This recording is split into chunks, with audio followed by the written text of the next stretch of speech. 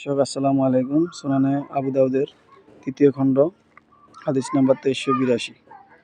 সোম অবস্থায় স্ত্রীকে চুম্বন করা। আয়েশা রাদিয়াল্লাহু তাআলা আনহা হতে বর্ণিত আছে, তিনি বলেন, রাসূল সাল্লাল্লাহু আলাইহি সাল্লাম সোম অবস্থায় তাকে চুম্বন দিতেন এবং একত্রে অবস্থান করতেন, কেননা তিনি পবিত্রী নিয়ন্ত্রণে অধিক সক্ষম ছিলেন।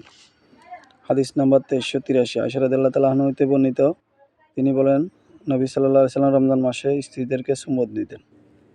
হাদিস নাম্বার ২৩৮৪। আয়েশা রাদিয়াল্লাহু তাআলা আনহা হতে বর্ণিত, তিনি বলেন, রাসূল সাল্লাল্লাহু আলাইহি সাল্লাম সোমরত অবস্থায় আমাকে চুম্মা দিতেন, তখন আমিও সোমরত ছিলাম। হাদিস নাম্বার ২৩৮৫। জাবির ইবনে আব্দুল্লাহ রাদিয়াল্লাহু তাআলা আনহু হতে বর্ণিত, তিনি বলেন, ওমর ইবনে খাত্তাব রাদিয়াল্লাহু তাআলা আনহু বলেন, একদা আমি কামোদ্দীপ্ত হয়ে সোয়াম অবস্থায় স্ত্রীকে চুম্মা দিলাম।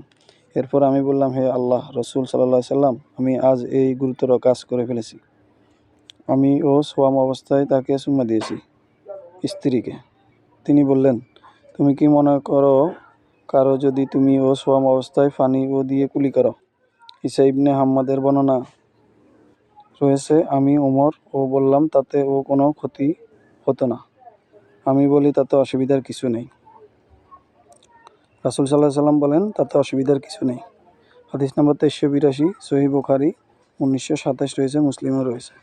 হাদিস নাম্বার ২৩৮৩, সহিহ মুসলিম, তিরমিজিতে ৭২৭ ও ইবনে মাজাতে ১৬৮৩ রয়েছে। হাদিসটি হাসান ও সহিহ। হাদিস নাম্বার ২৩৮৪, সহিহ আহমদে রয়েছে, ইবনে খোজামাতে রয়েছে ২০০৪ এবং মুহাক্কিক ইবনে এর সনদ সহিহ বলেছেন।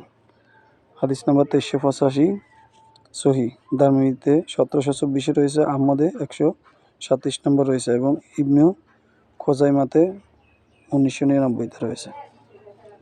হাদিসগুলো আমরা বেশি বেশি শেয়ার করবো, ফাজাইল জেনে মাসলা মাসাইল হাদিসগুলো আপনি আলাদা থেকে জেনে নেব।